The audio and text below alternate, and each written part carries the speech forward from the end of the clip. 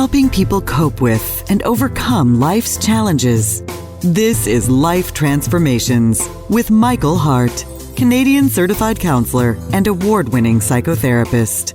Thank you for joining us in this episode of the Life Transformation Show. It is so good to have you here with us this morning as we look at another interesting topic. Today's topic is letting go of bitterness. Many of us have bitterness in our lives as a result of events that have happened in the past. For example, the church leader you trusted betrayed your trust. The best friend you trusted with your life savings turned out to be a con artist. The person who vowed to forsake all others and to love and cherish you ran off with your best friend. Or maybe you spent years waiting for that promotion you were promised at the beginning of your employment, but it was eventually given to your employer's niece who just joined the organization. Or maybe your bitterness is of a spiritual nature, where you feel let down by God because the promises you have held on to all your life have never materialized for you, while at the same time you see your ungodly relatives prospering. These are just some of the ways in which bitterness can enter our lives. In Genesis chapter 27, we have an example of a young man who became bitter, and his name was Esau. You see, Esau had his identity stolen. This was the first example of identity theft in history, where Esau's identity was stolen by Jacob. And as a result, Jacob got all the promises of wealth and blessing. Jacob got all the promises of wealth and blessing that belonged to Esau.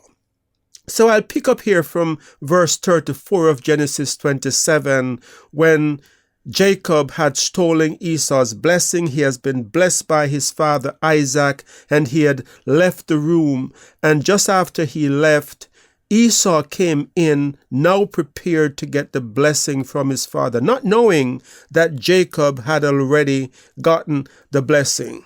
And when his father realized that he was deceived by Jacob, the Bible tells us that Isaac trembled violently.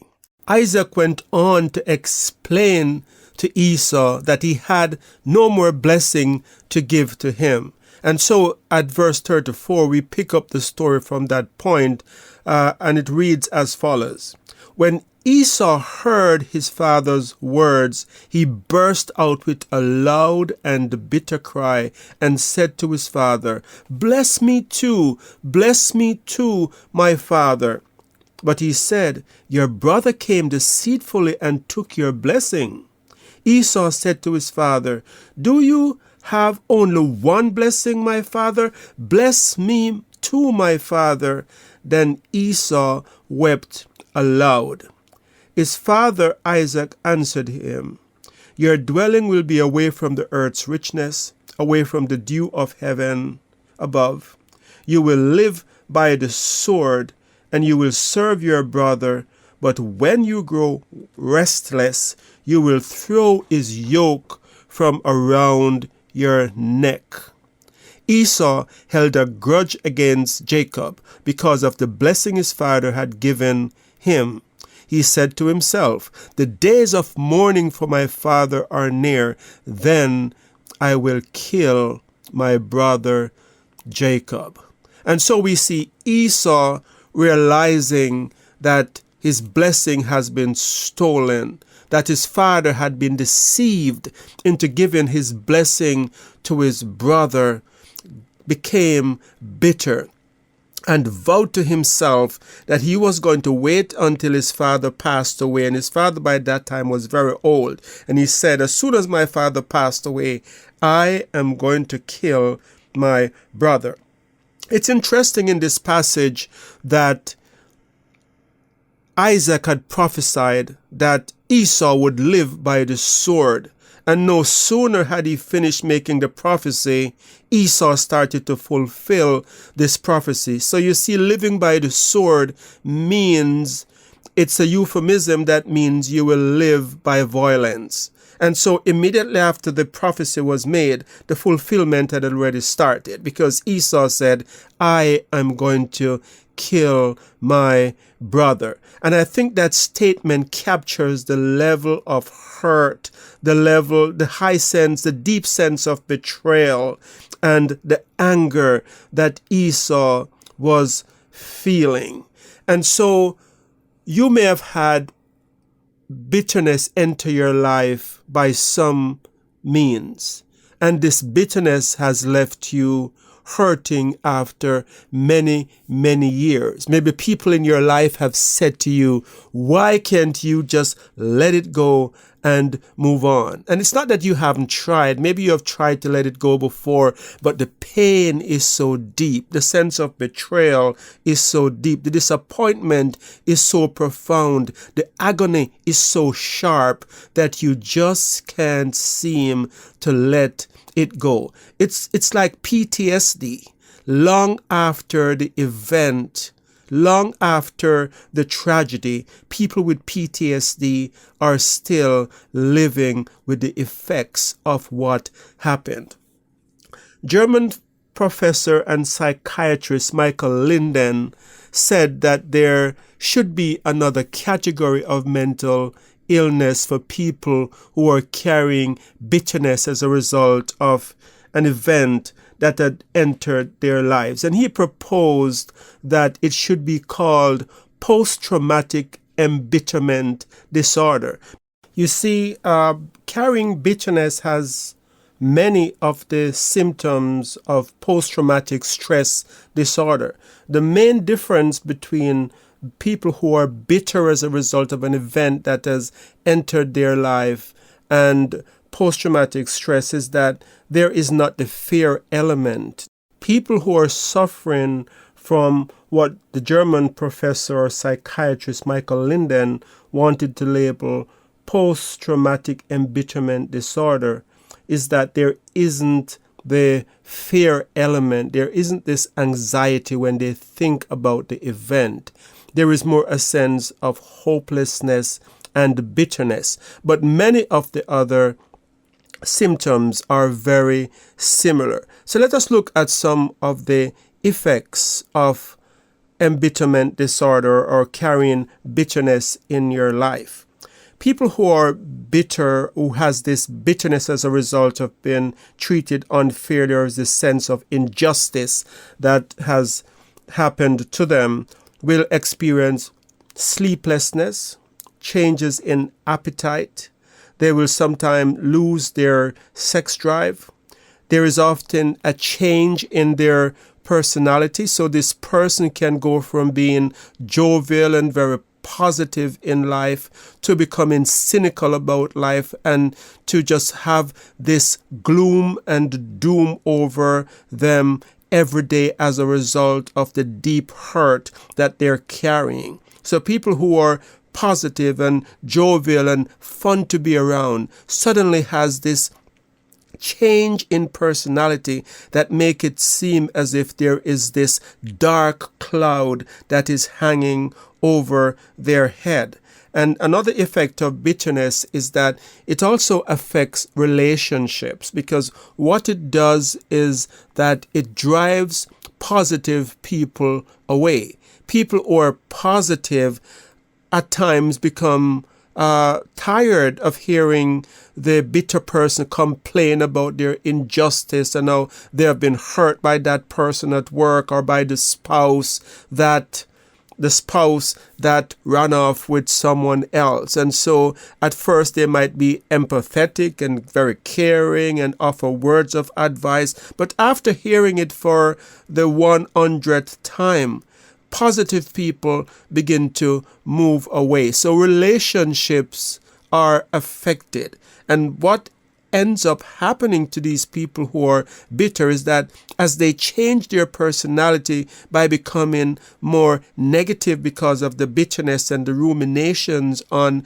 the negative events that have happened in their lives, is that they begin to attract negative people around them as well. So the positive people leave, and they begin to have these set of negative friends who all have something to complain about. So it becomes like a club of complainers where they sit and they talk about the injustice that has happened and how terrible it was and how awful that spouse is that run off with their best friend, and they talk about it day after day after day. It's like a pity party. They get together and they have this pity party about what's going on. And I'm not here trying to minimize anyone's pain, because I think there is a place for that. There is a place for a support group.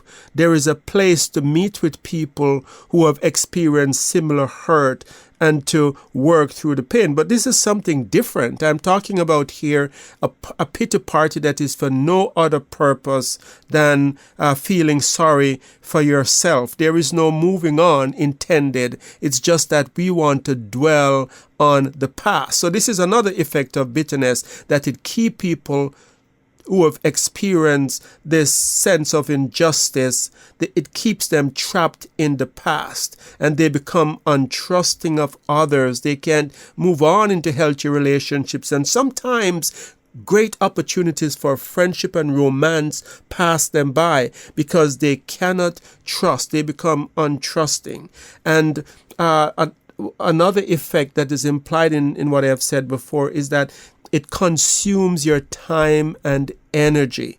In other words, if you're always complaining and talking about that terrible employer or the awful spouse who ran away or the friend who conned you out of $100,000 because you trusted him with your money, it's consuming your time and energy and taking away from you doing productive things that could help in your life. So it becomes like this yoke around your neck, this thing that weighs you down and keeps you from moving on. And it's interesting in the prophecy that Jacob made to Esau when Jacob was asking, isn't there another blessing left for me? And Esau said to him in the prophecy that his father gave, it says, "You will live by the sword and you will serve your brother. But when you grow restless, you will throw his yoke from around your neck."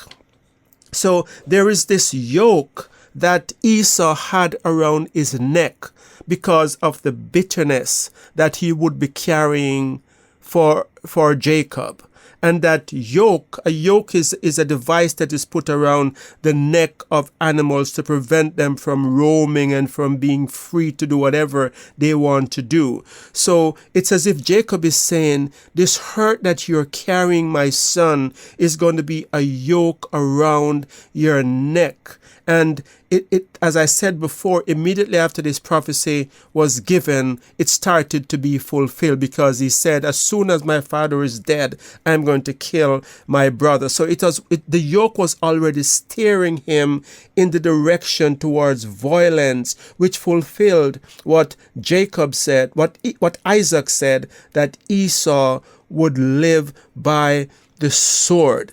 And so those are the effects of bitterness. So the question is, why would anyone want to hold on to bitterness if there are these physiological symptoms? And there are other research that shows that it affects your cardiovascular health negatively. It gives you high blood pressure. It leads to other serious health issues, like even stroke and digestive issues. And so there are a lot of reasons to let go of bitterness. So why would someone hold on to bitterness? And I know people are not consciously saying, I want to hold on to this thing, because it's making them miserable. But I think that there is something else. There is some benefit that they're getting psychologically. And this is what psychologist Larry Crabb talks about in his book when he explained that there are secondary gain from certain negative behaviors that we engage in. And so a person who is holding on to bitterness might have the secondary gain of feeling like they have a mission in life. I am not going to stop talking about this thing until this person gets gets what's coming to them. I'm not going to stop talking about it because it gives me the sense that I am doing something about it. So it gives the sense of, I am involved in this mission. I have this mission and it's my lifetime mission. It's talking about how terrible this person is. So it gives like a false sense of purpose. But bitterness also gives this false sense of being in control. So you're powerless to do anything about getting that job back.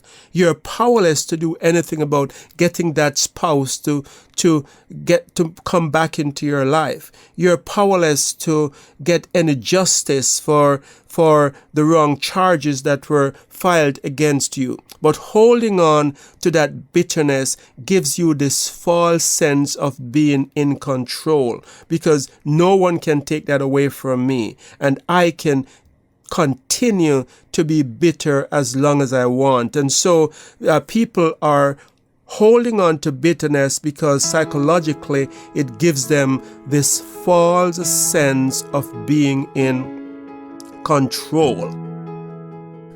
Michael will be right back. You have been listening to the Life Transformation Show, where award-winning psychotherapist Michael Hart of ElimCounselling Services has been speaking on the topic, letting go of bitterness. You can find out more about us at ElimCounselingMinistry.com, where you can also make a donation to this Christ-centered ministry. Your donations help us to stay on the air and to provide subsidized counseling to those who can't afford it. Back to Michael. But another secondary gain from bitterness is that bitterness is an excuse not to face the unknown of moving on.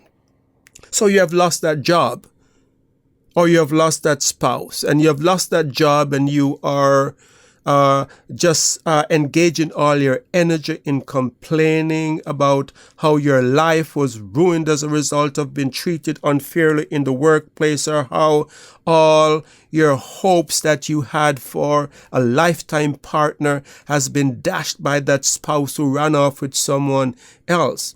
And so as long as you're stuck there in this place of control, of complaining and wallowing in self-pity, it actually gives you this freedom from facing the unknown of moving on. You see, moving on involves risk. Moving on to another partner in life, loving again involves risk after having your heart broken. Moving on into another job after being unfairly treated by the past employer involves taking risk, because it could happen again. So staying in this place of perpetual complaint is a way of saying I am protected from ever having to go through that again. And of course, I'm not saying here that this is a conscious thing. If you should ask people who are stuck in this state of bitterness for years and is complaining perpetually, if you should ask them, do you want to move on? Of course, they will say, yes, I want to move on. If you'd ask them, do you want to love again? Many of them will say, yes, I want to find the right partner. So what I am talking about here is more of a subconscious mechanism that is serving the purpose of protecting them from facing the unknown of the future. And so it's more comfortable to continue to blame others. It's more comfortable to continue to stay in that place of complaining than to move on and to run the risk of being hurt again. And so these fears are irrational fears, because just because you are hurt by an unscrupulous boss doesn't mean that everyone in the world will treat you that way. Just because you were deceived by a selfish lover who ran off with your best friend doesn't mean that every person in the world will treat you, will deceive you and break your heart. So these are subconscious ways in which we try to protect ourselves. So bitterness serves that function of making us have this false sense of protection from the unknowns that we fear. And then another secondary gain of bitterness is that bitterness helps us to avoid personal responsibility. As long as we can blame someone else for what has happened in our life, for the failures that have happened in our life, then we do not take personal responsibility. We see in the story of Esau and Jacob that Esau blamed Jacob. And Esau said earlier on in the passage that Jacob stole my birthright. He has deceived me again. He stole my birthright, and now he has stole my blessing. What Esau forgot to say is, I sold my birthright to him. I have a responsibility in what I did earlier by selling my birthright to my brother for a bowl of porridge. And so sometimes many of us, for the sake of pleasure and this sense of security, do not use wisdom in the decision that we make. Maybe there were others in your life that were trying to tell you that maybe there was something about this person that was suspicious, the person that you gave this $100,000 to, that there was something suspicious about them. But because you were in such a close friendship, you did not listen to wisdom. Or maybe because you were so much in love, you threw caution to the wind, and you overlook a lot of the signs that were screaming you in the face. The wisest man, Solomon, said that wisdom screams in the marketplace and in the city squares. She lifts up her voice. So in other words, what he's saying is that wisdom is often not hard to find. It is there, and sometimes because of our passion for someone else or our great desire for success, we throw caution to the wind. We do not listen to the voice of wisdom, and we make mistakes. And so we need to take personal responsibilities for what has entered in our life. And so the secondary game of avoiding personal responsibility is one of the reasons we hold on to bitterness. So in the prophecy that Isaac made over Esau, he said, your brother will rule over you. When we're holding on to bitterness, we're actually letting that other person rule over us. Like that yoke that Isaac said is around Esau's neck. That person that we are being bitter over or holding bitterness against, it's is actually ruling us. They're controlling our emotions. They're affecting our sleep. They're preventing us from falling in love again or from trusting someone else with investments. And so they are in fact ruling and controlling our life. And so this prophecy is very profound because there are a lot of psychological sound principle that is in it. So letting go of bitterness, it's the next heading here that I want to talk about. So to let go of bitterness, we need to come to this place of acceptance. Acceptance is this place where you said, you know what, this terrible thing have entered in my life, and I am not going to resist it. I am not going to keep fighting against it. I am going to accept it. Carl Jung, a famous psychologist said that what we resist persists. As long as you keep fighting against the ugliness that has entered your life, the awful things that has entered your life, the injustices and the betrayal, it persists because you will ever be stuck in your pain. And accepting is not the same as condoning. It's not saying that you're condoning what the person did. You're saying, I am accepting this. I am not going to push against it anymore. It has happened. I am accepting it. And by accepting it, we are setting up ourselves now to come to that next place where we can work towards emotional healing. As long as we're stuck in this place where we're fighting against it and we're so bitter and we're complaining all the time and we're not accepting the reality that this is my new reality, how can I accept it and move on? We cannot heal. And so we need to first accept. Then we come to this place now where we can start working on emotional healing. It can be journaling, writing a letter to the person who have betrayed you. It could be joining a support group of people who have gone through a similar thing, who is working towards healing. Emotional healing can involve spiritual visualization, where you invite Jesus to go to that place of pain in where you were hurt. And then it takes us to this place after we're emotionally healed, where we can pray to God and forgive the person who hurt us. We see that